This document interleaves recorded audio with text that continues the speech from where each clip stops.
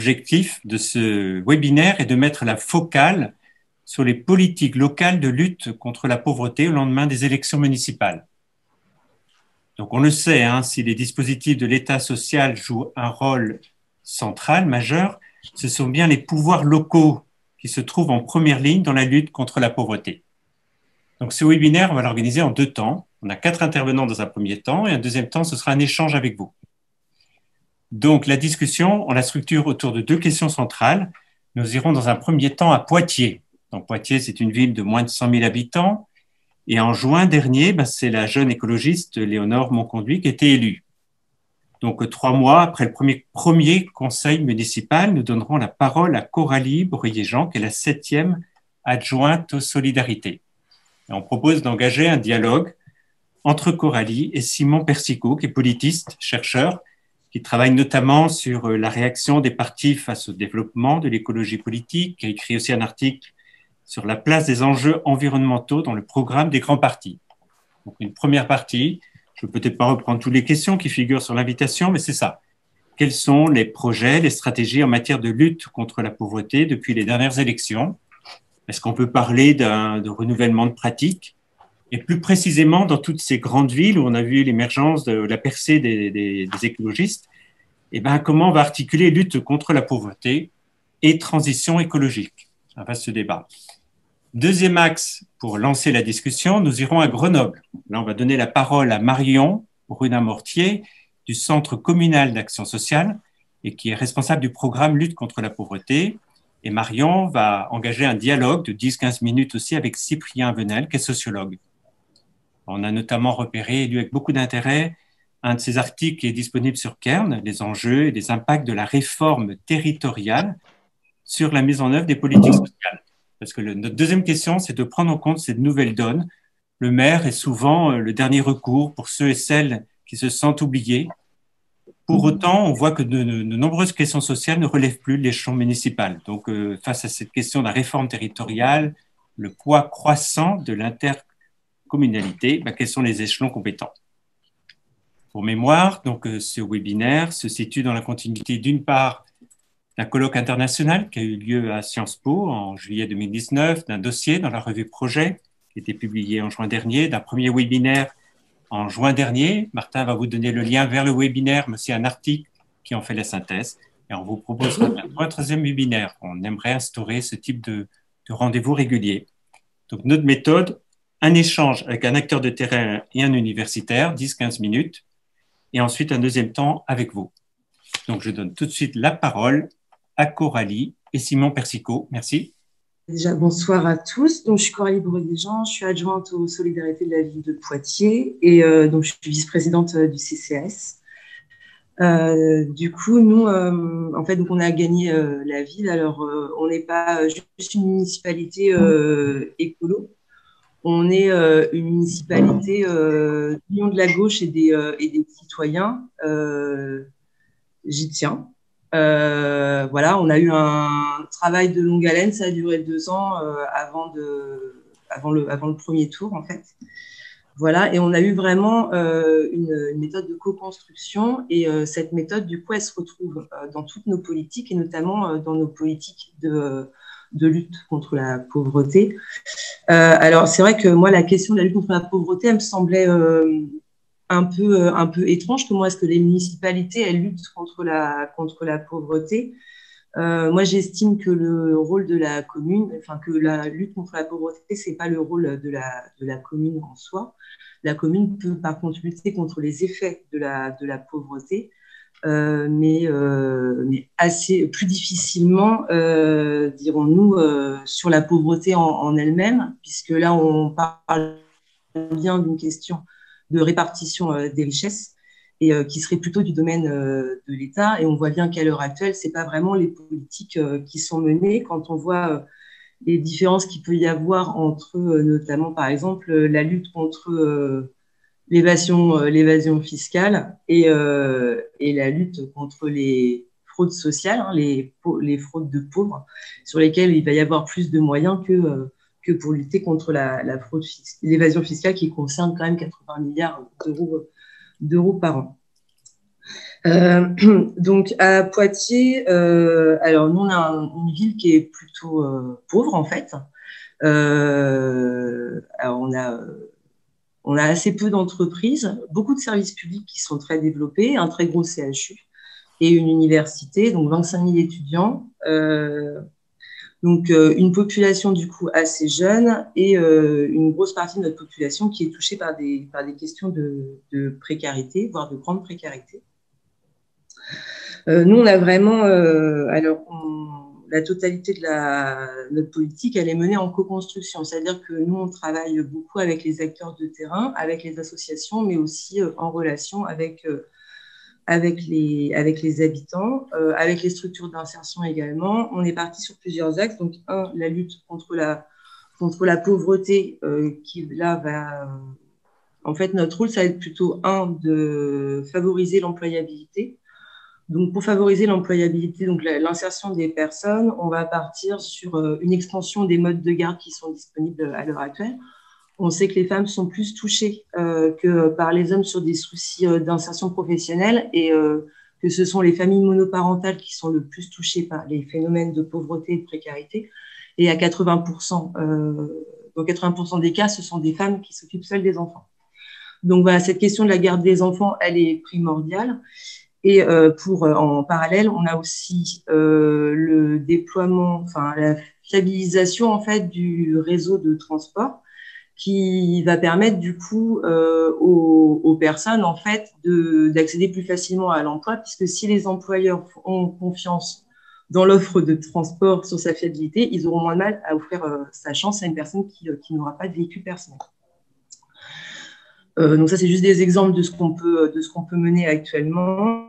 On a également on fait partie Poitiers fait partie des villes qui souhaitent mettre en place le territoire zéro chômeur. Et dans cette optique-là également, en parallèle, on a tout ce qui est la favorisation de la création de sa propre activité économique.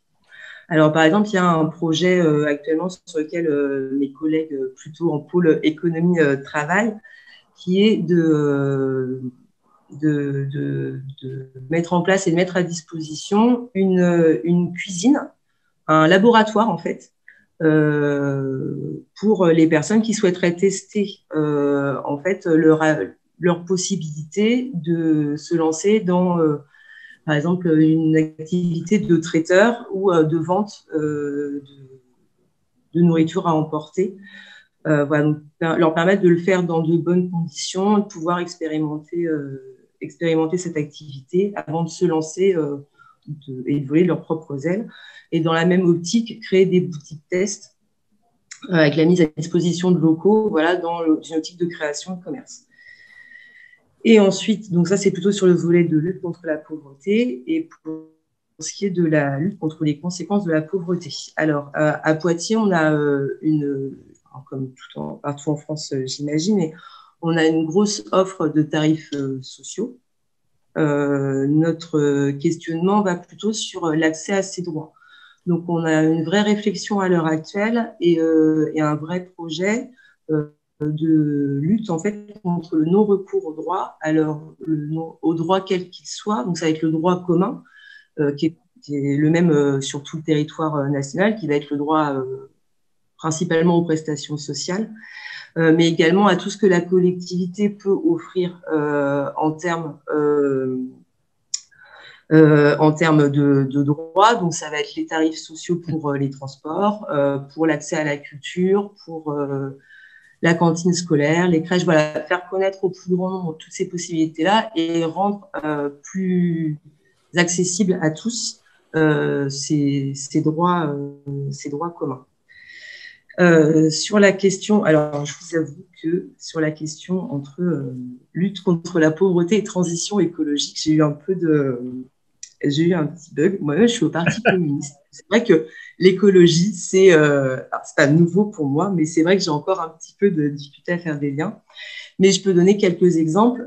Par exemple, déjà sur la question de la mobilité, ça c'est un fait. Hein. Avoir des bus plus performants, ça ne servira pas. Le but, c'est que ça ne serve pas que les personnes qui sont privées de moyens de locomotion, c'est que ça serve au plus grand nombre. Donc, rendre des bus fiables, ça sert à tout le monde et c'est plus écologique. Et aussi, on a tout un volet sur, par exemple, alors là, plutôt au niveau de la communauté urbaine et des bailleurs sociaux, sur la question de la rénovation thermique. Rénover des logements sociaux, ça permet de faire baisser les charges, et faire baisser les charges des locataires.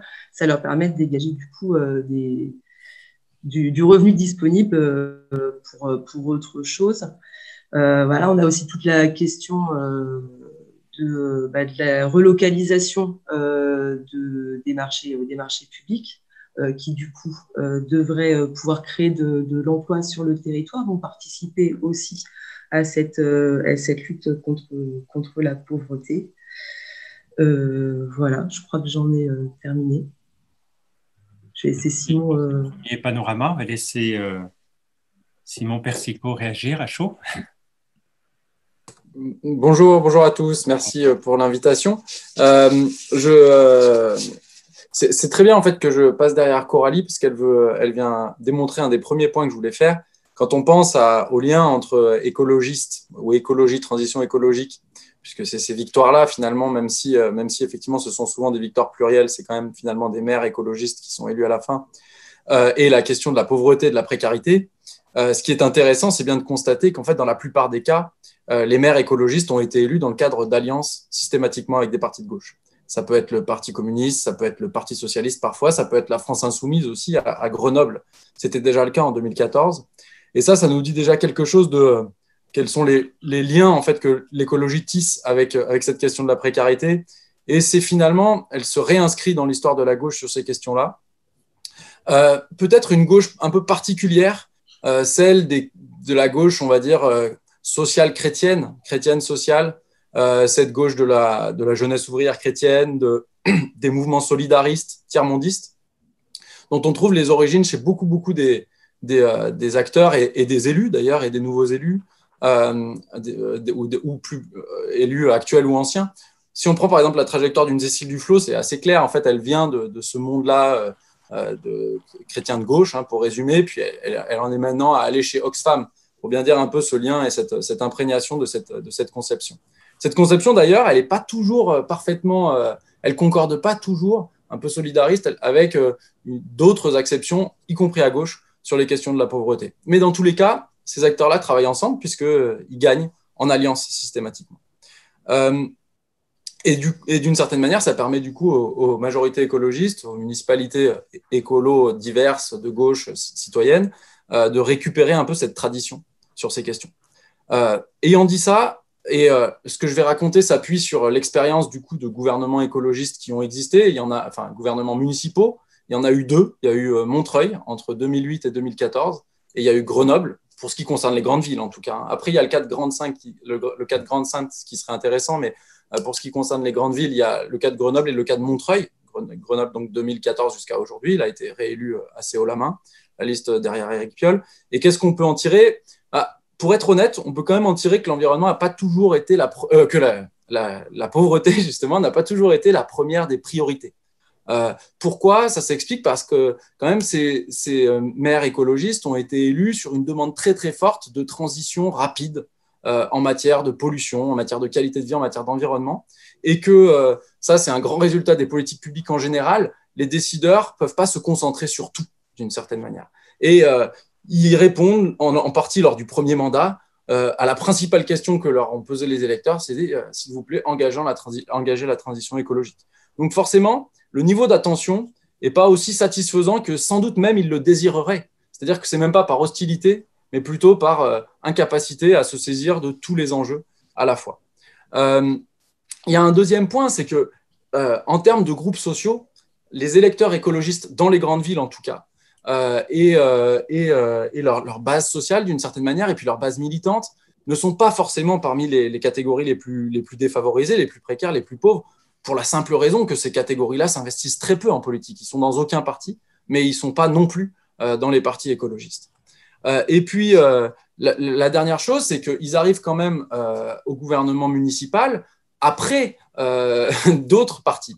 Et que d'une certaine manière, il y a toute une série d'institutions, le CCAS par exemple, qui est l'institution municipale centrale en matière de pauvreté, sur lesquelles ils n'ont pas forcément beaucoup d'effets, en tout cas au début de mandat, parce qu'il y a des équipes en place et parce qu'en fait, à Grenoble comme à Montreuil, il n'y a jamais eu vraiment de volonté de faire une vraie chasse aux sorcières, en tout cas pas aussi forte que certains de leurs adversaires politiques veulent le dire. Alors après, est-ce qu'il y a une approche une écolo des questions de pauvreté et de précarité? Il me semble qu'effectivement, ce qu'a dit Coralie sur la question des droits, c'est peut-être quelque chose d'important. Et c'est ce qu'on constate en tout cas à Grenoble, cette question de dire on va pas forcément faire des politiques très visibles, etc., mais s'attaquer au pouvoir d'achat de la population, et notamment en priorité en fait au pouvoir d'achat des populations les plus défavorisées, puisque ça on l'a vu à Grenoble, il y a une tarification sociale systématique de tous les services municipaux auxquels les citoyennes et les citoyens, desquels les citoyennes et les citoyens bénéficient. Il y a la cantine, c'était déjà le cas avant, mais ça a été évidemment maintenu. Le transport, ça a été renforcé, la dimension progressive en fait de la tarification sociale du transport. Et puis, ils ont rajouté l'eau, l'électricité, etc. Ce qui finalement mène à une baisse en fait très importante sur la facture réelle payée par les populations les plus précaires et même les moins précaires, en fait, ces classes moyennes un peu qui peuvent potentiellement chuter du côté de la précarité. C'est le chiffre du monde là est exemplaire de ce point de vue-là. C'est ces gens-là aussi qu'il convient d'accompagner. Et donc ces politiques qui sont systématiques, presque invisibles, parce qu'en fait c'est la facture payée à la fin. Donc on s'en rend compte dans le porte-monnaie, mais c'est pas très visible en termes d'action publique, mais qui, à mon avis, est importante, cette approche par les droits. Et puis après, il y a quand même la volonté de gérer de manière relativement humaine les situations, notamment de crise par rapport aux migrants. Par exemple, à Grenoble, ils ont décidé d'allouer une grande partie des logements de fonction des enseignants du primaire aux migrants en difficulté, donc ce qui est une manière d'accroître l'offre d'hébergement. Et puis à Montreuil, ils avaient fait toute une politique qui a été dure parce que les riverains étaient hostiles, mais ils l'ont vraiment, c'était assez pionnier à l'époque, au début fin des années 2009, sur les populations de Roms qui ont été installées et on leur a construit des logements dans le cœur de Montreuil. Ce qui reste à faire, me semble-t-il, un des enjeux, et peut-être là où les écolos ont encore des progrès à faire, mais c'est lié aussi à la structuration des politiques de pauvreté, je trouve, dans la ville, c'est la sectorialisation des domaines. C'est-à-dire que vous avez différents acteurs, le CCAS d'un côté, les associations de l'autre, en matière d'hébergement, par exemple, puis le bailleur aussi, sur lequel ils ont un rôle à jouer, et qui mènent un peu leur politique.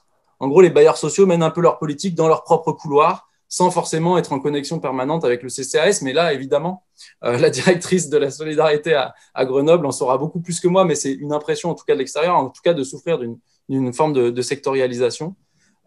Et puis, dans le fond, ça, c'est une question centrale pour les écolos au pouvoir, c'est dans quelle mesure ils continuent avec une logique de ruissellement urbain. C'est-à-dire, on participe à continuer à construire notre ville la plus compétitive, active, productive, etc., ce qui est un peu la logique des grandes métropoles en France, alors même qu'on sait que ça a des effets forcément de précarisation d'une partie des populations, de par le simple fait que ça augmente le prix des loyers, par exemple. Et donc là-dessus, il y a quand même une réflexion à avoir sur est-ce qu'on veut faire de nos villes des cœurs de la mondialisation au détriment des populations les plus précaires dans ces villes-là, au risque de voir apparaître ce qu'on a déjà vu commencer à voir apparaître, notamment chez des électeurs écolos mais précaires, qui se barrent des grandes villes parce qu'en fait, ils n'ont plus les moyens de vivre dans ces grandes villes, parce que les solidarités qu'on peut avoir entre populations un peu précaires, elles sont beaucoup plus difficiles à mettre en œuvre et qui vont s'installer dans les campagnes parce que là, on peut avoir un appartement ou une petite maison un peu plus grande, on peut faire de l'échange de services, etc. Donc, c'est cette réflexion sur, en gros, une croissance commune du développement urbain, enfin très forte, et faire en sorte qu'en fait, on vive en ville un peu plus comme on pourrait vivre à la campagne. Je pense que c'est ces dimensions-là qui restent encore à creuser, à réfléchir. Merci pour ces éléments. Est-ce que Coralie veut réagir? Ouais, non, je voulais juste revenir du coup sur effectivement la question d'un peu du fonctionnement en silo. Alors effectivement, nous c'est quelque chose qu'on a un peu découvert en arrivant, et c'est vrai que nous on s'est plutôt positionné comme, enfin les élus en tout cas, comme des facilitateurs un peu de mise en relation. Et du coup, enfin moi je rejoins complètement sur la question. Voilà, en fait, on a beaucoup d'acteurs publics ou parapublics, donc je pense typiquement aux associations, qui travaillent les unes à côté des autres sans forcément de lien entre elles. Et voilà, il y a vraiment une volonté politique maintenant de vraiment faire cet effort de co-construction de projets, et pour que tout le monde y gagne, en fait. Pour que, par exemple, en fait, quand vous avez quand vous avez, par exemple, les centres d'hébergement d'urgence qui sont pleins, c'est parce que les personnes, elles occupent les locaux pendant trop longtemps, en fait, parce qu'il n'y a pas ce travail de partenariat avec les bailleurs sociaux qui se fait et qui permet du coup un glissement des personnes donc, qui accéderont aux droits communs et qui pourront libérer des places, en fait. Donc, il y a aussi toutes ces questions-là. Voilà, il n'y a pas forcément de nécessité de construire beaucoup plus de structures de travail social pur, mais vraiment voilà, de faciliter cette relation entre les acteurs, et ça fonctionne dans à peu près tous les domaines pour que les personnes elles passent d'une aide d'urgence à la vie normale, en fait, tout simplement. Un petit commentaire de Simon avant de passer à la deuxième.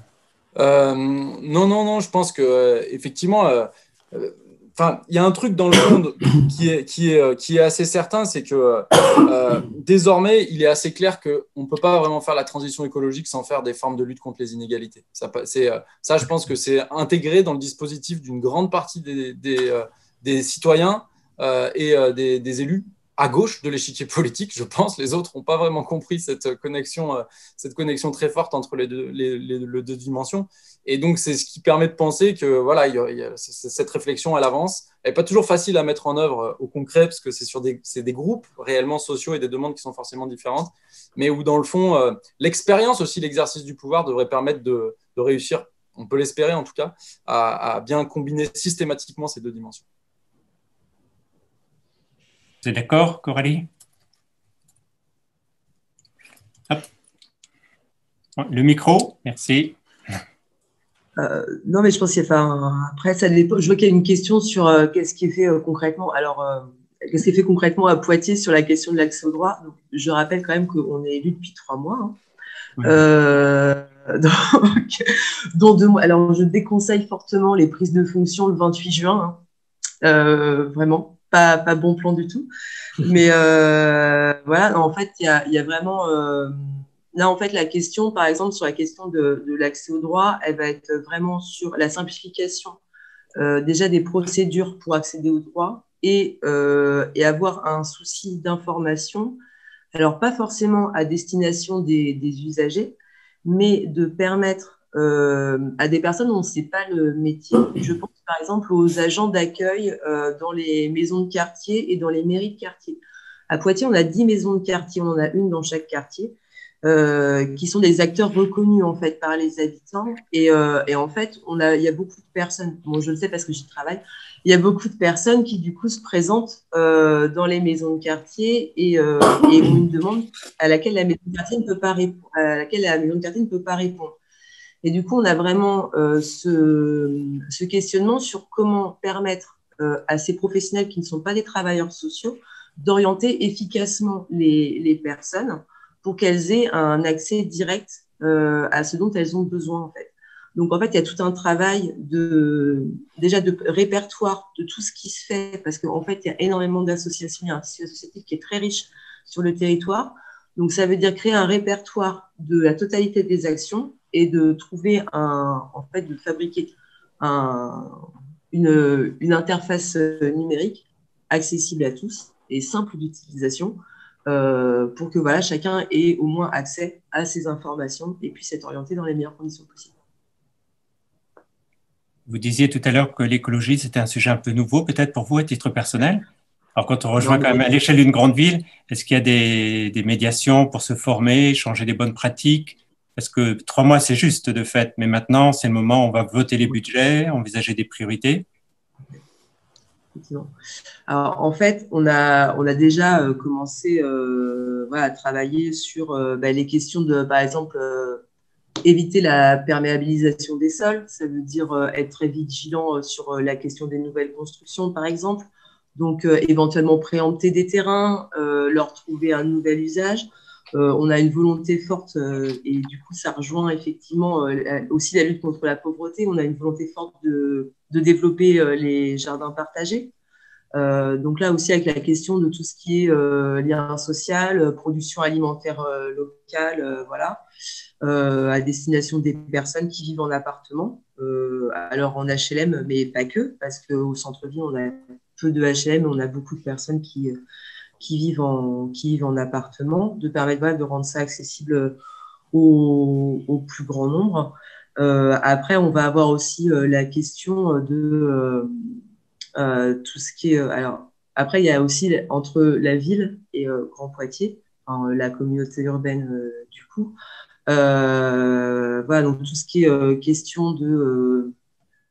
par exemple, c'est des projets très longs cours, hein, mais avoir un plan d'investissement pour rendre les bâtiments municipaux les plus sobres possibles, ça permet aussi à terme de dégager des fonds pour autre chose. On sait que les finances publiques dans les communes telles que la nôtre sont pas forcément mirobolantes et qu'on n'a pas de levier d'action. On peut pas, il n'y a plus d'impôts locaux de toute façon. Les impôts fonciers ne sont pas forcément les plus justes qu'ils soient. Donc, et comme on n'a pas d'entreprise, du coup, on n'a pas la contribution économique territoriale. Malgré donc, ces voilà, limites, est-ce que vous avez des éléments pour nous dire comment cette volonté va se traduire dans la préparation des budgets, malgré les limites, hein, concrètement, parce que vous avez dégagé un certain nombre de priorités en termes de préparation de budget, là, avec les moyens dont on dispose?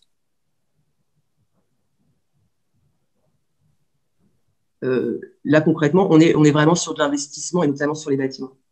D'accord, c'est vrai. Ouais. Alors, je sais que c'est pas hyper glamour. Non, c'est bon. Mais c'est voilà. En tout cas, sur la question de la transition écologique, c'est très important de rendre le territoire le plus sobre possible. Alors sur Grand Poitiers, on a un programme alimentaire territorial qui est en train de se mettre en place également. Où il va y avoir des moyens qui vont être mis en place, notamment pour préempter des terres, pour protéger l'eau aussi, parce qu'on a une eau qui est communautaire et donc on a besoin de protéger notre ressource eau et notamment nos zones de captage. Donc tout ce qui est la question de la production alimentaire, on a la question du maraîchage, de permettre à des nouveaux agriculteurs de s'installer, toujours dans cette aussi dans la question de la localisation de la consommation. En projet, on a également le projet de financer une légumerie au niveau de Grand Poitiers en relation avec le centre hospitalier et le Crous. Voilà, toutes ces choses-là vont permettre, alors c'est des projets qui prennent du temps, mais qui vont permettre d'allier aussi de la création d'emplois et de la préservation de l'environnement. Je vous remercie. On a déjà plusieurs questions, mais au niveau de la méthode, je propose dès à présent de donner la parole à Marion Brunamortier et Cyprien Avenel pour aborder le deuxième axe de la batterie de questions, plus au niveau de la réforme territoriale, l'ancrage du CCS. Peut-être on va donner la parole à Marion Brunamortier d'abord pour lancer l'échange. Je ne vois pas. Bonjour à toutes et à tous et merci de m'accueillir, de m'inviter à ce webinaire. Du coup, moi, je vais parler d'une place de technicienne de l'action publique, donc en charge, donc directrice d'action sociale, lutte contre la pauvreté au Centre communal d'action sociale de Grenoble. Donc, ça va être sans doute frustrant pour un certain nombre d'entre vous parce que je ne pourrais pas avoir le même type de propos que la précédente intervenante, n'étant pas élue, mais bien technicienne de l'action publique, même si forcément des choses se traduisent dans les éléments techniques qui peuvent être gérés dans les directions, mais je n'ai pas la parole, enfin je ne suis pas élue à la ville de Grenoble, même si forcément je pourrais répondre à un certain nombre de questions. Moi, avant peut-être de rentrer vraiment de repasser ça sur un niveau un peu plus global, il me semble que c'est important quand même de retenir quelques enseignements de la crise et notamment de la période de crise aiguë qu'on a pu vivre, même si là, ça ne veut pas dire que là, il n'y a pas une crise aiguë, mais que la période de confinement qu'on a pu tous vivre sur les mois précédents, parce que ces enseignements nous permettent aussi de pouvoir pointer des éléments importants sur la place des acteurs de type centre communal d'action sociale ou plus largement commune dans la lutte contre la pauvreté. Donc, je voudrais revenir sur 3 éléments notamment. Cette période nous a montré que la pertinence du niveau local, notamment avec 2 éléments, dans sa réactivité, et dans sa proximité. Donc, réactivité parce qu'on a bien vu que la connaissance des acteurs du territoire, la connaissance donc des besoins aussi. Je rappelle que le Centre communal d'action sociale et les centres communaux d'action sociale, les CCAS, ont l'obligation de réaliser des analyses de besoins sociaux. Donc, dans sa connaissance aussi des publics, a permis donc d'être réactif dans cette période et du coup de pouvoir directement, quand on ne savait pas vraiment où on allait, tous les acteurs, qu'ils soient institutionnels ou associatifs, pouvoir répondre très rapidement aux besoins qui se présentaient à nous et notamment aux besoins alimentaires. Donc là, la réactivité de l'acteur CCAS et des acteurs locaux a vraiment prouvé son efficacité. Par ailleurs, la proximité aussi, avec l'activation donc des réseaux locaux, mais aussi le fait que les acteurs CCAS ou communaux sont reconnus comme des acteurs opérationnels qui permettent, même si on n'est pas chef de file sur les compétences, on est reconnu comme des acteurs opérationnels qui permettent de mettre autour d'une table ou en tout cas de contribuer à une dynamique articulation qui est nécessaire entre les différents acteurs institutionnels, voire institutionnels et associatifs. Et en ça, la période de mars-mai a permis de mettre en exergue le rôle que pouvait avoir l'échelon local dans l'impulsion ou l'alimentation de ces enjeux d'articulation des différents acteurs. Le troisième point qui est aussi tiré un petit peu des enseignements de la crise, c'est effectivement, on en a parlé rapidement dans le précédent échange, c'est bien sûr le rôle social de cet échelon-là, avec un certain nombre d'actions un peu historiques, mais qui sont empreintes aussi de décisions politiques récentes et notamment des tarifications sociales.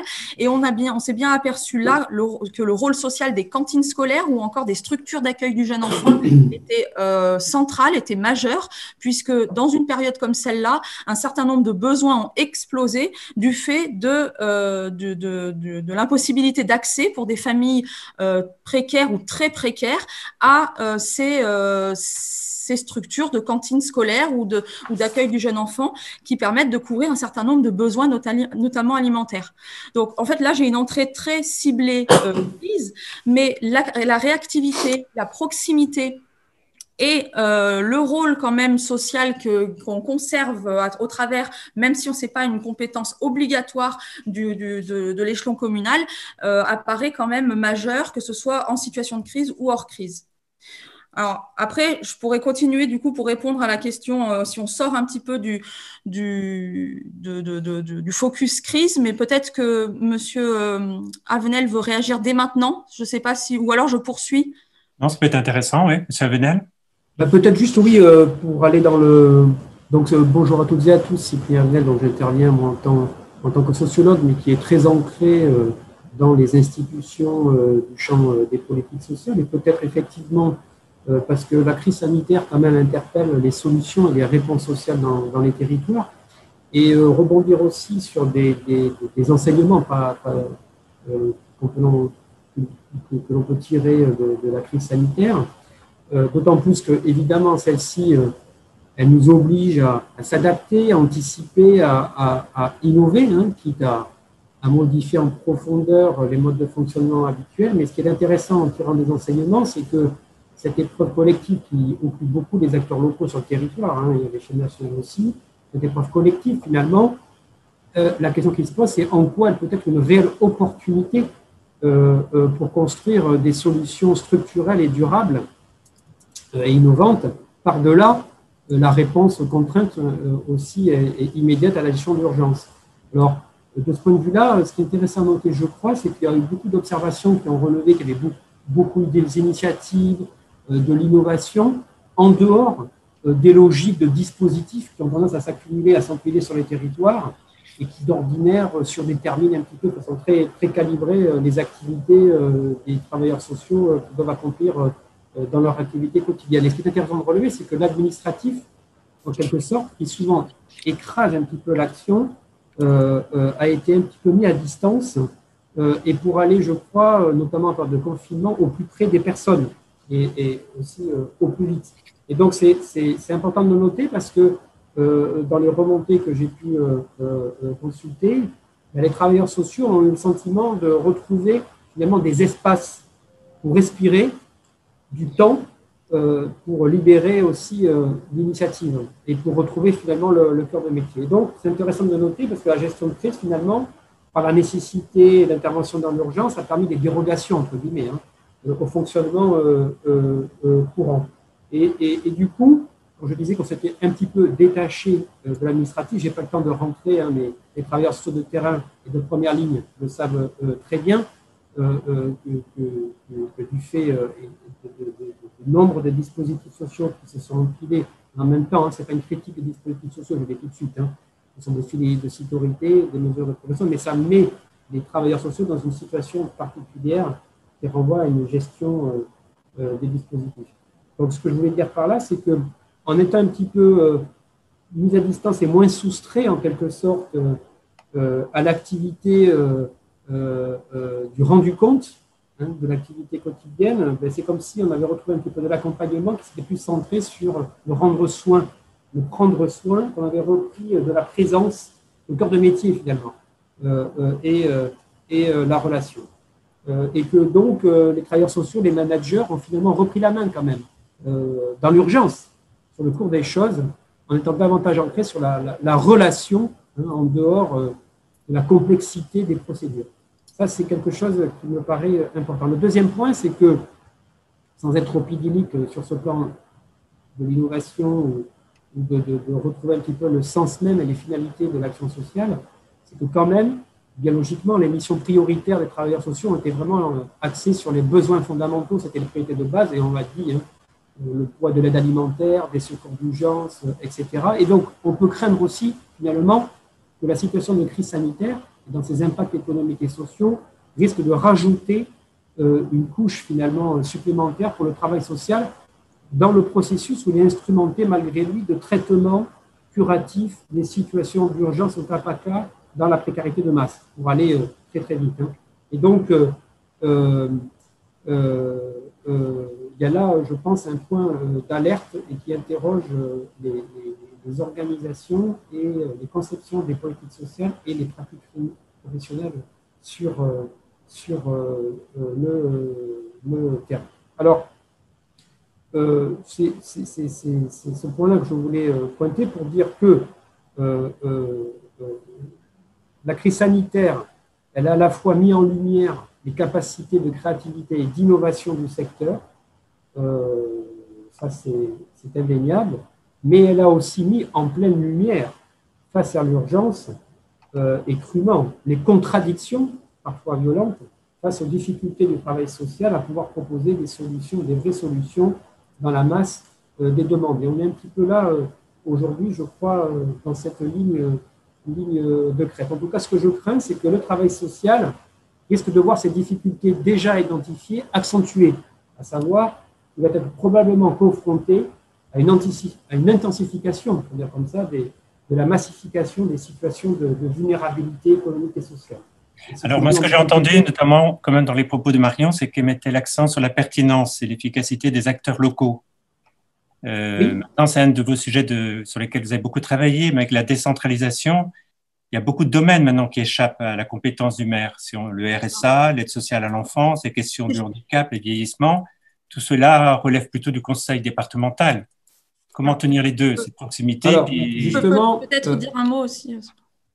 Juste parce que je pense que Marion pourra rebondir, mais ça me paraissait important d'essayer de mettre en perspective aussi de ce qui s'est passé dans le confinement et aujourd'hui encore, dans la crise sanitaire qui prend beaucoup de place dans la mise en œuvre des politiques de solidarité, des politiques sociales.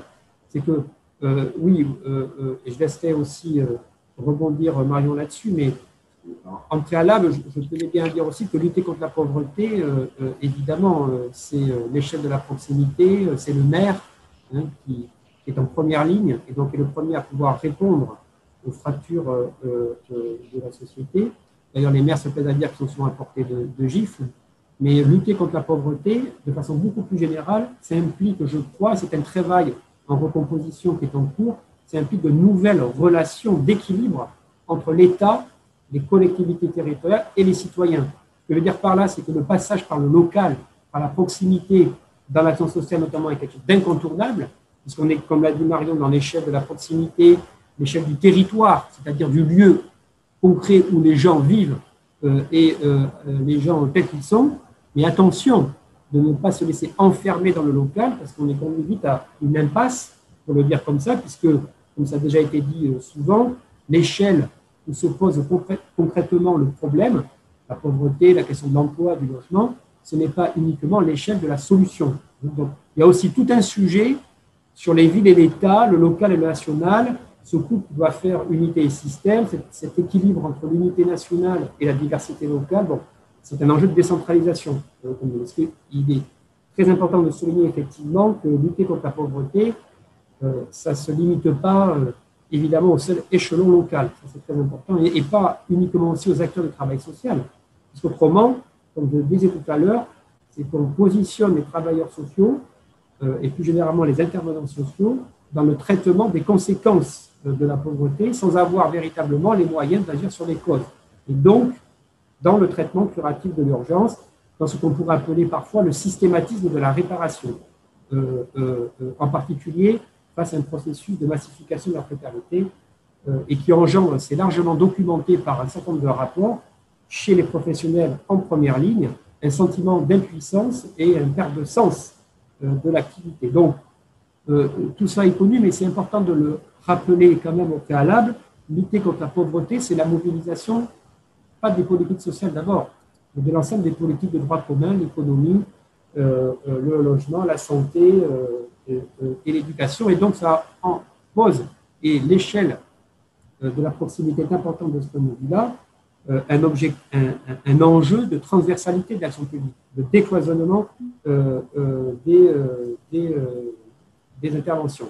Et je dis d'autant plus parce qu'un grand enjeu dans la lutte contre la pauvreté, une grande ligne directrice, c'est justement d'essayer d'être dans un repositionnement et de passer d'une action sociale moins réparatrice, qui est un enjeu fondamental dans les situations d'urgence, dans une approche aussi plus en amont des difficultés, plus préventive, c'est-à-dire d'être en capacité de produire une intervention en amont avant que les difficultés économiques et sociales ne surviennent, voire quand c'est trop tard, façon d'installer. Donc, dans une approche plus préventive et transversale.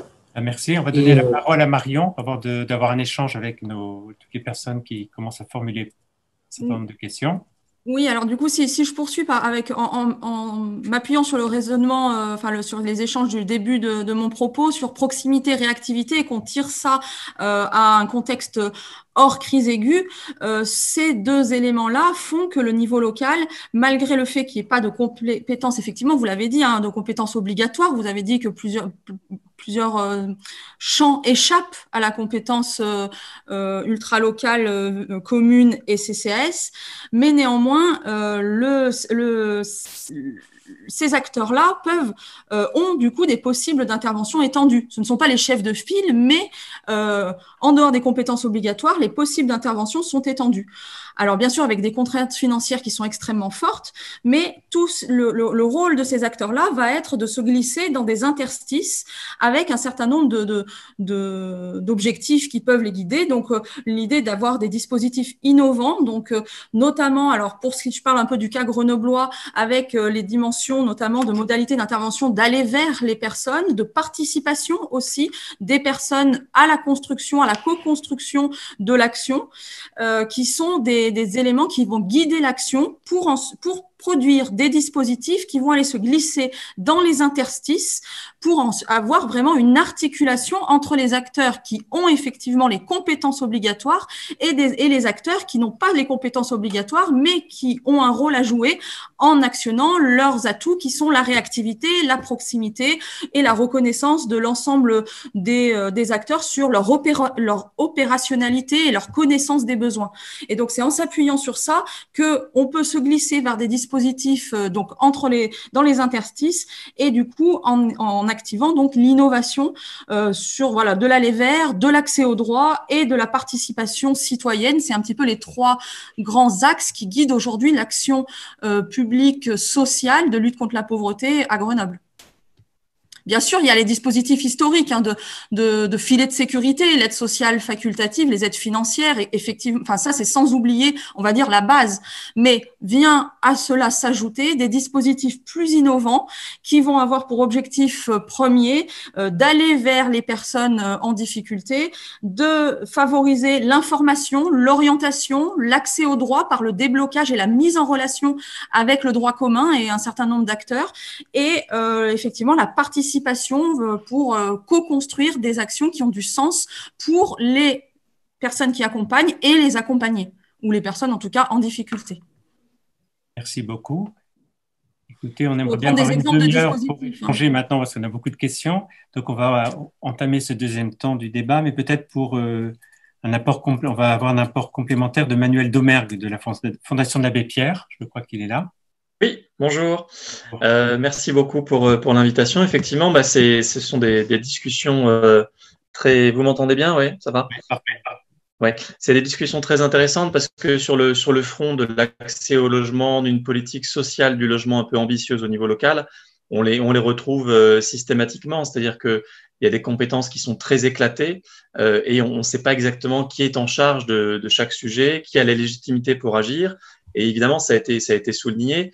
Quand ça marche, c'est qu'on a tous les acteurs publics et privés autour de la table qui tirent dans le même sens pendant longtemps. Et on voit que ça peut avoir vraiment des effets très, très différents. On voit des grosses disparités en fonction du volontarisme des élus locaux, mais aussi de l'écosystème politique local sur les politiques du logement. Le plus frappant, c'est par exemple le drame qu'il y a eu à Marseille, où on s'est aperçu, mais on savait déjà, qu'il y a un écosystème politique totalement défaillant en termes de lutte contre l'habitat indigne à Marseille, alors que d'autres collectivités ont pris le sujet à bras-le-corps. Il y a des bons élèves comme Rennes, il y a la ville de Paris qui, depuis 20 ans, s'en est emparée, parce que au bon niveau, on a des acteurs qui agissent, quoi. Donc, nous, ça a été pendant les élections municipales, on a essayé de porter cette question auprès des élus locaux, enfin en tout cas des candidats, puis des futurs élus, et avec la grande difficulté que ceux qui ont le plus de compétences aujourd'hui, en tout cas nous, on pousse dans ce sens-là, ce sont les EPCI, les intercommunalités, et il n'y avait pas de candidats en fait aux EPCI, il n'y avait que des candidats municipaux,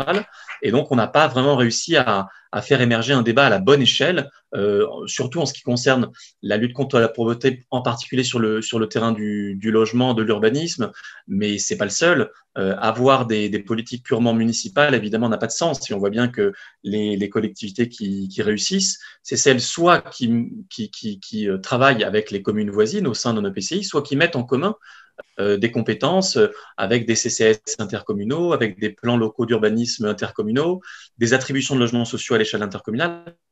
C'est ça qui marche parce que sinon, on voit bien qu'il y a une tendance à se renvoyer la patate chaude d'une commune vers l'autre, d'un acteur vers l'autre. Donc, il faut vraiment aller vers une lutte contre la pauvreté à l'échelle vraiment intercommunale, et c'est particulièrement vrai pour l'urbanisme et le logement. Et après, je suis aussi tout à fait d'accord avec ce qui a été dit. Je crois que c'était à Poitiers sur le fait que, enfin, c'était peut-être un peu pessimiste, mais c'était un peu vrai aussi que la lutte contre la pauvreté ne peut pas être une mission purement locale, quoi. Alors, c'était dit de manière un peu plus pessimiste que ça, en disant que c'était pas une compétence d'une commune ou d'une intercommunalité. Je pense qu'on peut pas aller jusque-là, et puis heureusement que non. Mais l'État garde des leviers qui sont incomparables par rapport aux collectivités locales en termes de lutte contre la pauvreté.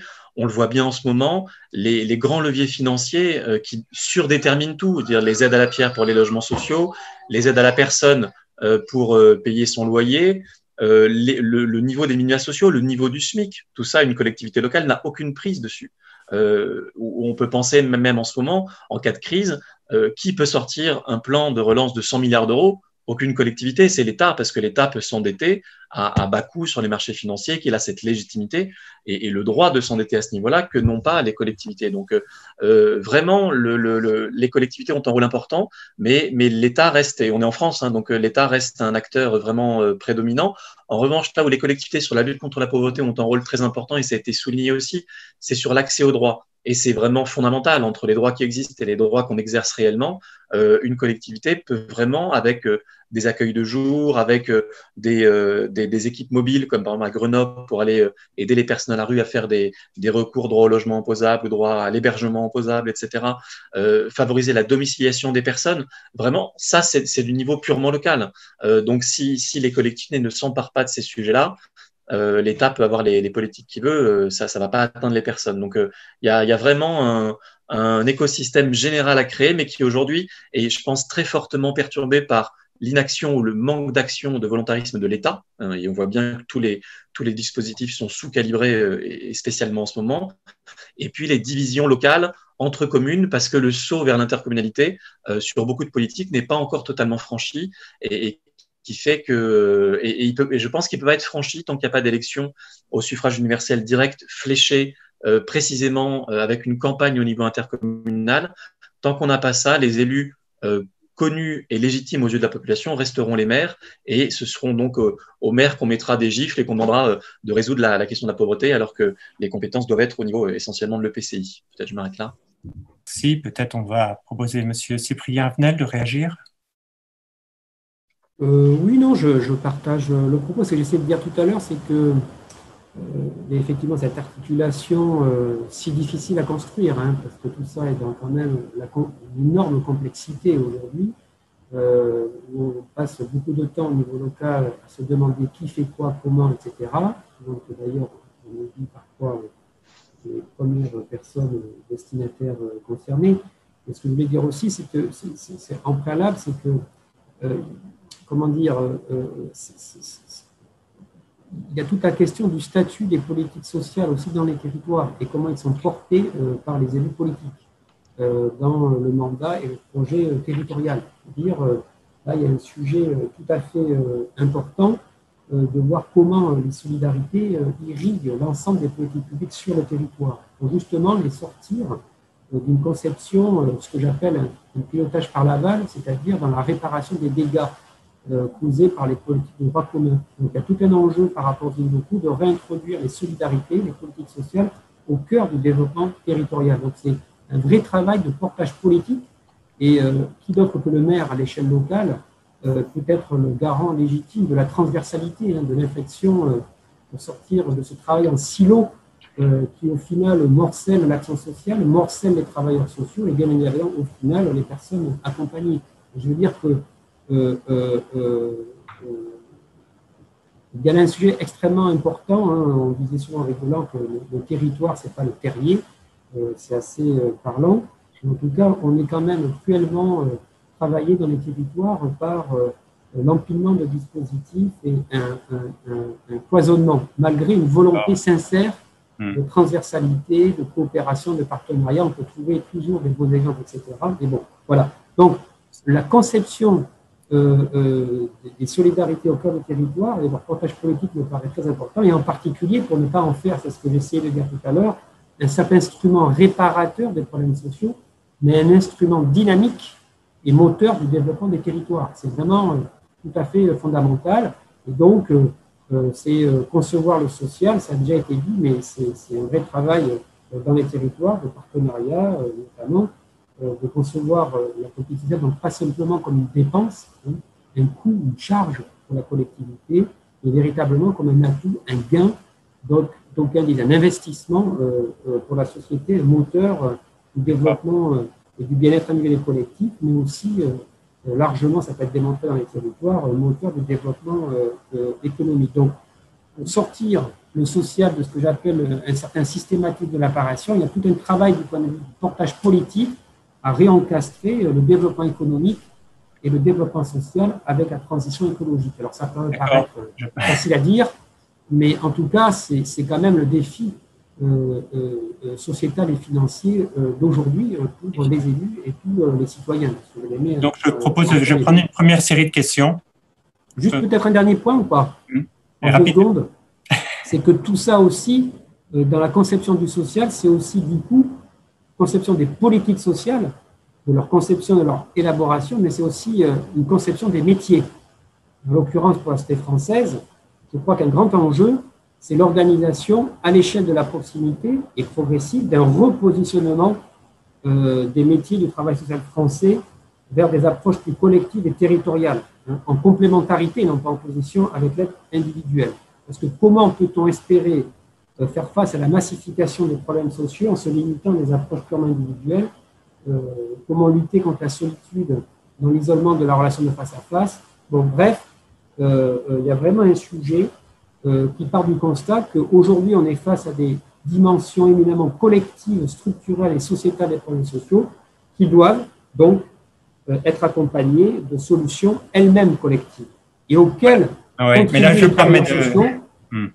contribuent les travailleurs sociaux, mais en mobilisant justement d'autres acteurs du territoire, et afin donc de mieux accompagner justement les parcours de vie des personnes dans toutes leurs composantes. C'est ce que j'appelle, avec d'autres, le développement social. En tout cas, il y a un vrai enjeu de sortir le travail social de l'accès au droit uniquement. C'est un besoin fondamental, un droit fondamental, mais les travailleurs sociaux sont souvent instrumentés au seul accès au droit. Voilà. D'accord, non, excusez-moi, parce que je pense à l'intérieur, il y a beaucoup de monde. Très bien. Et c'est la limite de l'exercice. Je comprends. On renverra vers le lien, vers des articles et on ira plus loin. Mais là, je propose de prendre une première série de questions. Donc, si vous voulez prendre la parole, il suffit d'aller, il y a un onglet, là, conversation, vous demandez la parole. Vous présentez brièvement une question courte. Et là, je vois qu'il y a déjà Marion Lièvre qui demande une question, qui a formulé une question, Élise Duloutre. Et je donne la parole à Marion. Merci.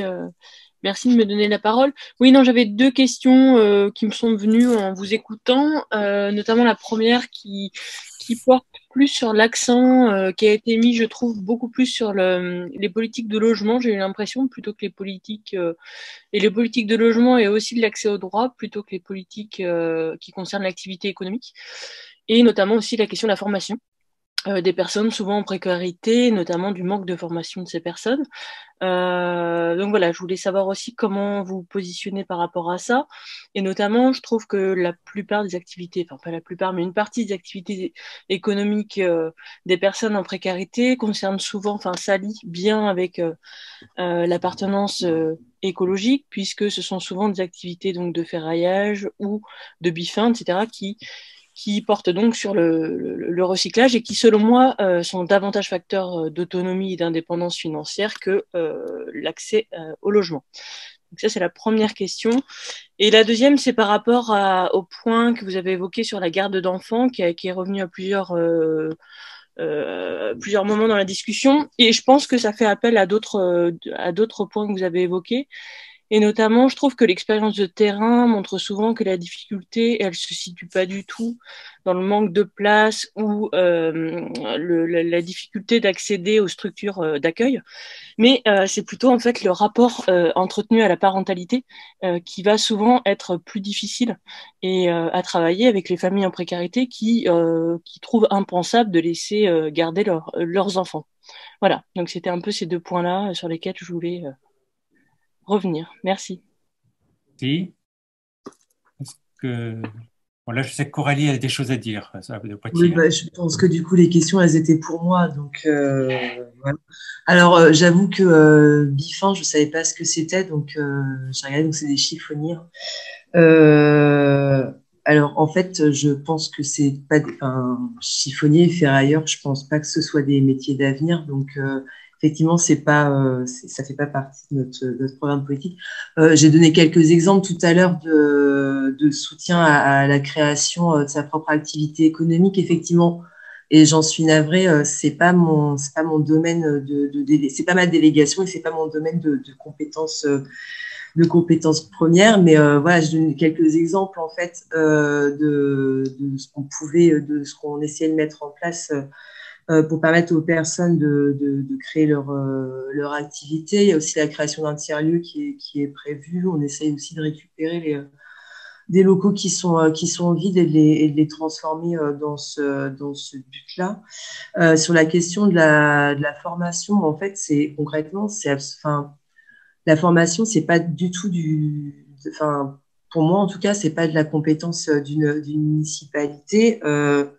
Nous, on a effectivement, alors on soutient les associations, y compris financièrement et d'un point de vue des locaux, notamment sur les questions d'accès au savoir de base, donc la compréhension le français en termes de langue étrangère et également les trois savoirs lire, écrire, compter. Pour nous, ça va s'arrêter là. Et également, du coup, le soutien aux entreprises d'insertion qui permettent, du coup, aux personnes derrière de partir en formation. Alors, j'avoue, sur Poitiers, on a plutôt, en termes d'entreprises d'insertion, soit des restaurants sociaux, soit du coup des activités de maraîchage. Donc, c'est des activités qu'on soutient effectivement pour permettre à un maximum de personnes de pouvoir bénéficier de cet accompagnement et de ce premier pas dans l'insertion professionnelle. La question du logement, elle est quand même primordiale quand on a un logement qui est à proximité. Alors déjà, quand on a un logement. Ensuite, quand on a un logement qui est à proximité des lignes de bus qui permettent d'être mobile et de se rendre sur son lieu de travail, qui est à proximité des écoles. Et voilà, ça facilite quand même grandement l'insertion sociale avant l'insertion professionnelle. Et par contre, du coup, je sais pas ce que vous faites dans la vie, mais moi, du coup, mon expérience, elle est pas du tout. Mon expérience du coup du lien avec les lieux de garde, elle est pas du tout que les personnes qui veulent s'intégrer, enfin qui veulent s'insérer professionnellement. Donc soit veulent faire des formations, soit veulent directement rentrer dans le monde du travail parce qu'ils sont déjà formés. Souvent, on sont en recherche d'un mode de garde. Nous, on propose différents modes de garde. On a des structures collectives, on a des assistantes maternelles qui sont directement employées par le CCAS. Voilà, ça permet d'avoir différentes possibilités qui s'offrent aux familles. On a également le projet en fait de créer avant la fin de l'année une maison d'assistante maternelle publique pour augmenter nos capacités de proposition de mode de garde. Mais c'est une vraie question sur le territoire, notamment pour les étudiantes en fait. Il n'y a pas de crèche universitaire à l'heure actuelle. On a quand même 25 000 du coup étudiants, donc entre 18 et 30 ans. Du coup, pas mal de naissances en fait chaque année parmi dont les étudiants deviennent parents et du coup ont besoin de mode de garde pour continuer à se former, à s'éduquer. Et voilà, du coup il y a aussi cette question-là qui se pose. Mais c'est vrai qu'effectivement je ne rejoins pas du tout votre analyse sur la question du mode de garde. Oui, bonjour. Alors, je suis désolée, j'ai pas la vidéo. C'était plutôt une question qui s'adressait à Madame Bruna Mortier, du coup, sur la ville de Grenoble, notamment sur l'idée d'inclure les personnes dans les décisions concernant la mise en place de dispositifs de lutte contre la pauvreté. Et ma question, c'est particulièrement au sujet du service d'hébergement alternatif de la ville de Grenoble. Parce que moi, personnellement, j'ai une expérience en associatif dans l'accompagnement des personnes vivant en squat et bidonville à Grenoble, et je travaille aussi en ce moment en tant qu'agent d'accueil dans le service d'hébergement alternatif, donc j'ai pu observer un petit peu le fonctionnement. Et c'est vrai que je trouve, par rapport à ce qui a été dit par Madame Bruna Mortier sur l'idée d'inclure les personnes, je trouve que c'est un service où justement les bénéficiaires en fait et les personnes sont très peu inclus dans les prises de décision, et c'est un service aussi que, de manière personnelle, j'ai du mal à saisir les enjeux de ce service, et en tout cas vers dans quelle direction il va. Il faut savoir que c'est un service qui regroupe différents dispositifs, de l'hôtelier, de l'hébergement en appartement, etc. Et du coup, j'aimerais bien savoir ce qui est prévu pour ce service justement lors du mandat qui arrive. Rien est en open space. Merci.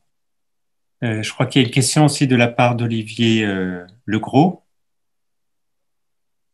Et bonjour, merci. Moi, je voulais poser deux questions. La première sur le financement de la lutte contre la pauvreté, parce qu'à Poitiers, par exemple, on a de nombreux projets, mais en gros, comment vous allez faire pour financer tout ça? Quels sont les arbitrages? Comment vous allez convaincre le reste du conseil municipal, etc., etc. Bon, voilà, donc c'est bien d'avoir des projets, mais comment on les finance, hein? Et puis, cette question-là, elle se pose à tous les niveaux avec la massification des besoins qu'évoquait M. Avenel et finalement les sources de financement qu'on pourra mobiliser pour cela aux différentes échelles. Autre question, j'ai bien compris qu'il y avait un lien très fort entre la lutte contre la pauvreté et puis la lutte contre la pauvreté et la lutte contre les inégalités. J'ai compris que les municipalités avaient du mal, ou les acteurs métropolitains avaient du mal à lutter contre les inégalités, que ce n'était pas vraiment leur mission, mais en même temps, ils sont partie prenante puisqu'ils ont des projets urbains qui mettent l'accent sur la compétitivité urbaine, l'innovation, etc., qui produisent, si j'ai bien compris, au moins autant d'exclusion. Et du coup, ça pose la question de savoir si, au niveau local, on ne peut pas quand même lutter contre les inégalités. Hein, et puis aussi, c'est peut-être plus difficile encore de savoir si on peut tourner le dos à l'impératif de la compétitivité qui prévaut aujourd'hui. Merci. Il y a une troisième question qui a été adressée directement à Simon Persicot, donc on va lui donner la parole. Je commence par celle de la compétitivité. C'est une question qui est à mon avis centrale et qui est centrale en fait pour quiconque se pose sérieusement les questions de transition écologique aujourd'hui. Faisons l'hypothèse un peu folle que les écolos arrivent au pouvoir en 2022, même si le GIEC, par exemple, arrivait au pouvoir, en fait, on sait très bien que les conséquences d'une action politique un peu sérieuse en matière de transition écologique, mais aussi du coup de réduction des inégalités, elle emmènerait à un effet en fait sur le développement économique et le développement compétitif, en tout cas un peu difficile à vivre au début. Et une ville qui voudrait, et c'est là où quand même on mesure les différentes priorités qu'on peut mettre. C'est est-ce qu'en gros on construit une ville qui est la plus compétitive, la plus dynamique en termes de conquête de marché industriel, ou est-ce qu'on construit une ville qui est plus à l'échelle de ses habitants, quitte à ce qu'effectivement il y ait une dynamique, une forme de stagnation d'une certaine manière. Et c'est clair que aller contre cet idéal de progrès, de développement économique permanent, etc., et de concentration des richesses, c'est effectivement aller plutôt à contre-courant de ce qui se déroule depuis 2 siècles en Occident. Mais je pense que c'est bien la question que posent les écologistes au pouvoir. Et en tout cas, il y a des indicateurs tout bêtes, hein, mais si on regarde l'augmentation des prix du logement grenoblois, c'est une des villes où d'ailleurs ça a été accusé par une partie des opposants, hein, de dire regardez la ville, les prix du logement diminuent, etc., les gens s'en vont, etc. Ce qui est une manière de voir les choses. On peut aussi le voir comme en fait la pression foncière diminue un peu, ou en tout cas les prix du logement permettent de vivre un peu plus tranquillement à Grenoble. C'est une question essentielle, mais je pense que c'est difficile, mais on voit des signes, hein, par exemple le fait que la commune de Grenoble, par exemple, dépense beaucoup moins dans des formes de financement à des grandes entreprises qui sont sur le territoire grenoblois, quoi, l'ancienne la métropole techno très compétitive, etc. Ils essayent de réduire les financements à ça. Après, il y a un problème de dépendance au sentier, de maintien de l'emploi aussi qui est difficile, et donc de réussir à faire des transitions dans l'emploi. Mais il me semble que le défi est plutôt c'est un défi hyper important, intéressant. Je ne suis pas sûr que ce soit impossible. Je ne partagerai pas votre pessimisme. Mais je pense que ça implique de faire des choix politiques forts. Et encore une fois, effectivement, le fait qu'on ait une commune dans un cadre régional ou même national qui va à sens inverse. Enfin, si vous écoutez ce que disent Wauquiez et Macron sur la compétitivité et l'accroissement des richesses et le développement industriel, c'est exactement l'inverse. Donc ça, c'est une difficulté. Sur la question de Marine Bourgeois, sur est-ce qu'on perçoit une transformation, c'est difficile à dire, encore une fois, parce qu'on compare des politiques publiques qui ont été mises en place à un programme. Et un programme, un programme, on sait ce que c'est. Il y a toujours des promesses dans un programme qui sont formulées. Et en lisant le programme de 2020, on sent quand même une partie de transformation. Il me semble que c'est justement là où c'était un peu mis en évidence et où il y avait cette réflexion sur cette volonté de ressaisir en fait les questions notamment qu'on appelle socioculturelles, éducatives, mais qui dans le fond en fait relèvent de la même problématique. C'est-à-dire que quand vous permettez à des adolescents d'avoir des activités qui sont constructives, qui sont émancipatrices, etc., vous donnez beaucoup plus de chances qu'arriver à l'âge adulte, ils ne tombent pas dans des trajectoires de précarité, etc. Et il me semble avoir senti cette velléité-là. Elle se constate aussi dans les programmes. Il y a aussi des trucs sur l'encadrement des loyers, par exemple. Grenoble veut vraiment passer à l'encadrement des loyers, ou sur la gratuité des logements les plus sociaux. Des éléments comme ça qui mènent à penser qu'effectivement, il y a eu un pas de franchi entre le premier mandat et le second. Après, seul l'avenir dira si ce pas était réel ou seulement un affichage programmatique. Merci. Peut-être je donne la parole à Marion sur les questions qui ont été formulées là tout à l'heure, financement, inégalité. Oui, alors c'est vrai que les questions sont quand même portent sur un dispositif qui est très très précis. Alors je ne sais pas si ça intéresse tous nos auditeurs de rentrer si précisément dans du technique, parce que là en plus c'est quelqu'un qui est intervenu dans le service, donc du coup j'imagine que ses attentes elles sont dans un niveau de détail que je suis pas sûre que ce soit le lieu de donner. Peut-être au préalable, je me permets de rebondir sur des questions qui ont été posées juste avant, et notamment l'élu de Poitiers a pu prendre la parole sur la priorisation entre accès à l'emploi ou au logement ou encore à d'autres. Il semble quand même que il faut faire attention justement à la question du silo et du coup à l'importance de faire marcher ces différentes dimensions de sortie de la pauvreté ensemble. Alors c'est pas facile, c'est plus facile à dire qu'à faire, mais effectivement, je ne suis pas sûre qu'il y ait une priorité à donner, et d'autant plus que on parle quand même là d'un éventail de publics qui est extrêmement large, des publics qui ont un enjeu plutôt de maintien dans le logement, d'autres d'accès au logement. Il y a des publics en très grande précarité dont les statuts administratifs aussi ne permettent pas forcément un accès à l'emploi immédiat. Et donc, c'est bien en ça qu'on essaye de travailler pour qu'il y ait un accompagnement, j'ai envie de dire, alors là, c'est un terme un peu technique, social global, qui active à la fois les dimensions logement, les dimensions d'insertion, qu'ils soient sociales ou professionnels, selon aussi les statuts administratifs auxquels on a affaire, mais aussi tout le côté accompagnement vie quotidienne, parentalité, et c'est bien comme ça que la sortie de la pauvreté est possible, quand on actionne toutes les dimensions et qu'on n'a pas de silo entre ces différentes dimensions. Si par exemple l'emploi est pour le coup au niveau du territoire grenoblois une compétence plutôt traitée au niveau de la métropole, l'idée là c'est bien d'avoir une articulation. Et si je peux donner un exemple un peu concret, un des services du CCS qui est un point conseil budget, essaye de travailler en lien étroit avec des permanences au sein du service de la métropole sur l'emploi pour bien articuler accompagnement budgétaire et prévention du surendettement et accompagnement vers l'emploi.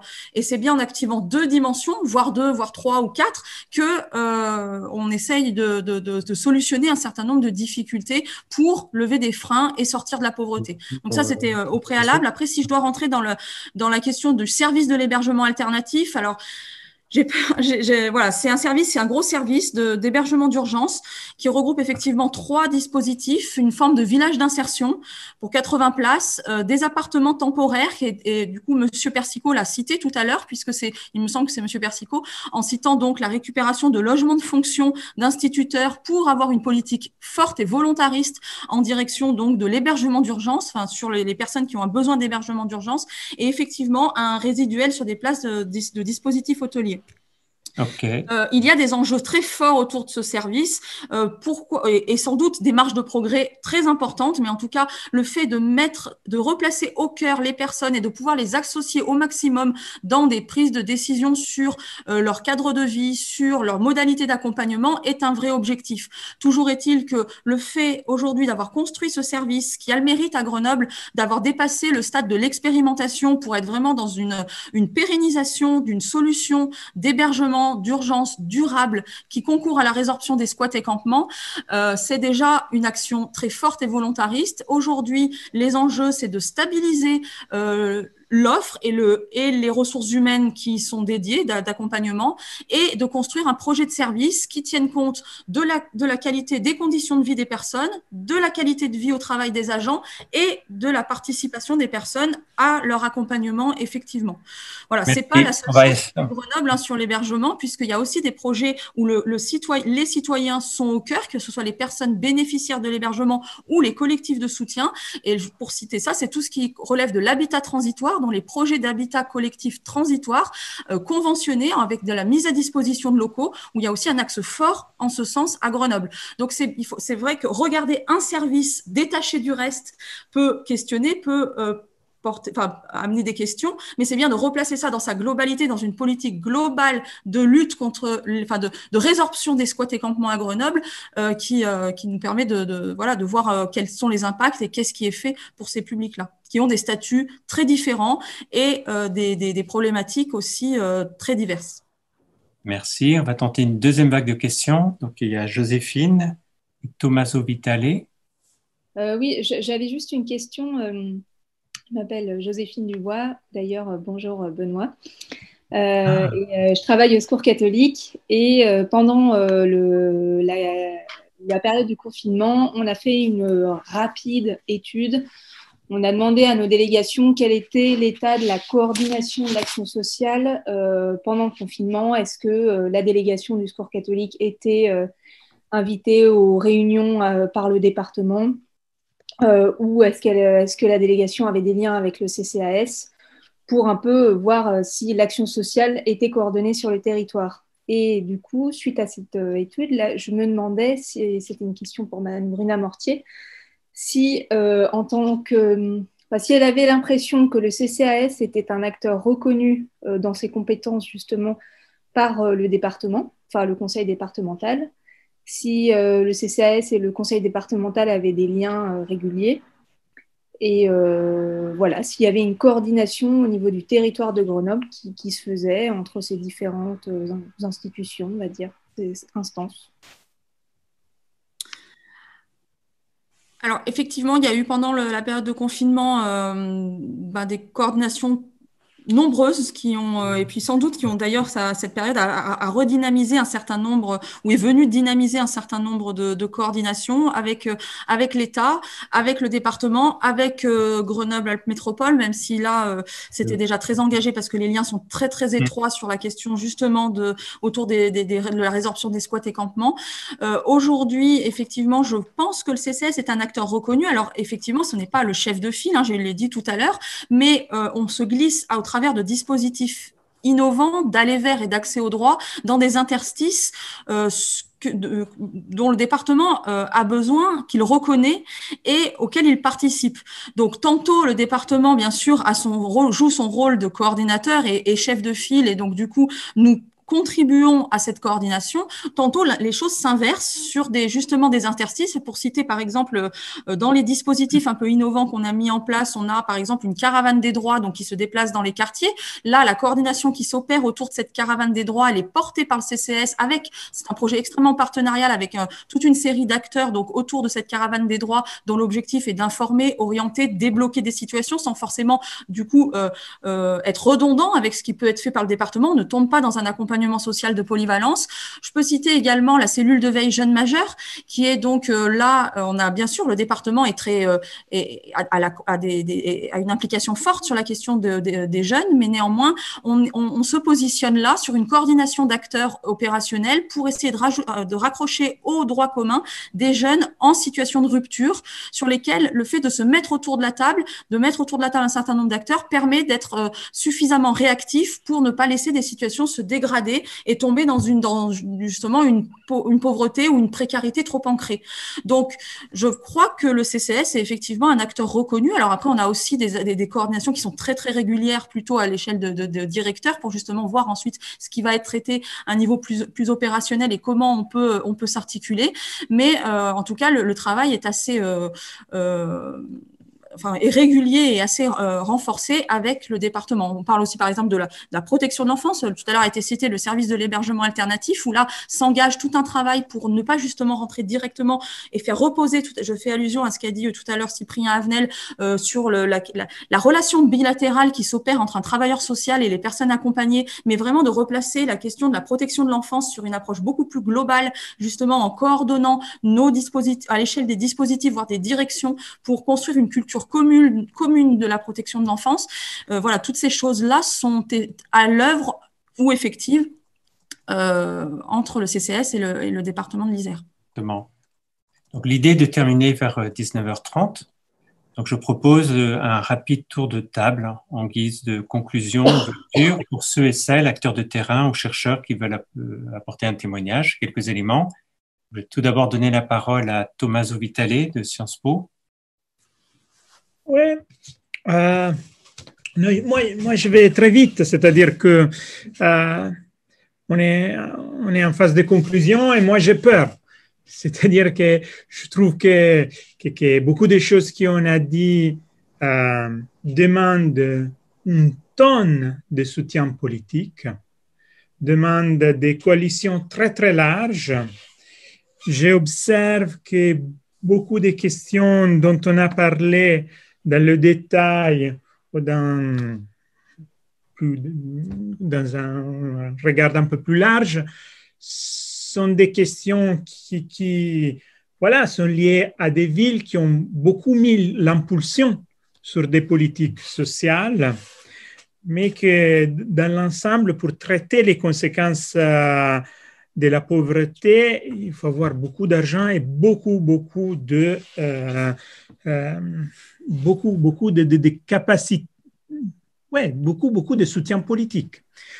Et c'est là que je vois que peut-être les coalitions qui soutiennent les dispositifs ordinaires de droit, innovatifs, coordonnés, ou moins de politique sociale, fatiguent un peu élargir les coalitions. C'est là que je vois que le point des métiers qui Cyprien Avenel a soulevé est absolument essentiel, c'est-à-dire le fait qu'on a beaucoup de métiers du travail social qui sont liés à l'aide individuelle et qui sont très peu équipés, même s'il y a des exceptions, il y a des innovations, mais qui sont très peu équipés à faire le développement social, de travailler ensemble. Le fait que le travail, un peu cloisonné, en silo, est toujours considéré comme négatif et que voilà, l'alternative peut être soit dans la direction de l'intégration, de la coordination, un peu comme rêve, mais ça peut être aussi un peu de compétition institutionnelle pour faire bouger les choses.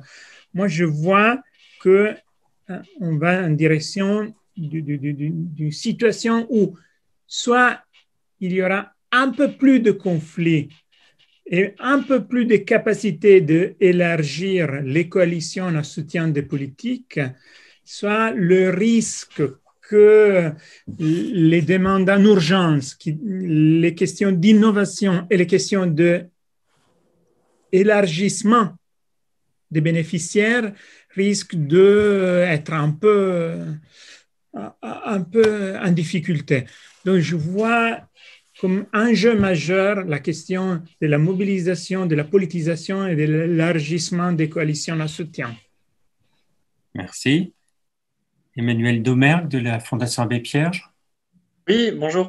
Peut-être pour répondre à une question qui m'était posée dans le chat sur comment faire pour arriver au suffrage universel direct pour les EPCI. Je pense qu'il y a quand même un coin qui a été enfoncé, enfin plusieurs, mais le principal, c'est que la métropole de Lyon élit directement son président de la métropole. Et il y a une occasion, en plus, là, c'est la première fois que c'était le cas, une occasion de montrer que ça peut créer une politique différente. Et l'occasion, elle est belle parce qu'il y avait Gérard Collomb, plus ou moins, et puis maintenant, il y a un président de métropole écolo qui prétend faire une rupture assez forte. Donc là, on verra bien s'il arrive à politiser son projet, à obtenir des résultats, évidemment, c'est-à-dire avoir une transition écologique de la métropole et une action sociale, pour revenir à notre sujet, ce qui est pas simple, mais il a quand même les moyens de le faire parce que Lyon, à la fois à cette EPCI élu directement, mais surtout à les compétences du département. Donc, ils ont vraiment les moyens d'agir à une grande échelle. Je veux dire, c'est quand même la troisième ville de France. Donc, je pense qu'il faudra regarder de très près ce qui s'y passe. Il s'invente beaucoup de choses à Lyon sur les politiques sociales avant cette élection, mais je veux dire, il y a des moyens intéressants qui sont à disposition, notamment sur la question du logement d'abord. Vous savez, cette politique qui consiste à éviter de passer par l'hébergement et d'accéder au logement le plus directement possible pour les personnes qui sont sans domicile. Lyon fait partie des villes qui sont les plus en pointe là-dessus en France. Donc, il y a vraiment un enjeu à ce que les écolos mettent l'accent sur les réussites également sociales dans les villes qu'ils ont conquises, mais en particulier à Lyon, parce que là, ils ont la ville, la métropole et finalement le bout de département sur le territoire. Si, je crois qu'il y a Olivier Legros de l'Université de Tours qui était prêt à faire une conclusion d'ouverture sur la lutte contre la pauvreté et transition écologique en 2 minutes. Surtout pas de conclusion, parce que je suis impressionné aussi par tout ce qui a été dit, la richesse des échanges, la richesse aussi des expériences qui sont présentées. Moi, ce qui m'a estomaqué, je vais un petit peu dans le sens de Thomas, c'est aussi la force des coordinations, notamment construites, et l'importance des coordinations construite notamment à Grenoble, hein, ça, je trouve ça tout à fait admirable. Et en même temps, c'est peut-être la limite de l'exercice, c'est-à-dire sa singularité qui fait qu'on a envie de s'en inspirer, mais est-ce qu'on a ailleurs les conditions de possibilité ou toutes les conditions qui ont permis justement à ce que ces politiques sociales puissent d'abord être expérimentées, puis ensuite être confirmées, renforcées, approfondies, comme l'a souligné à juste titre donc la personne du CCAS.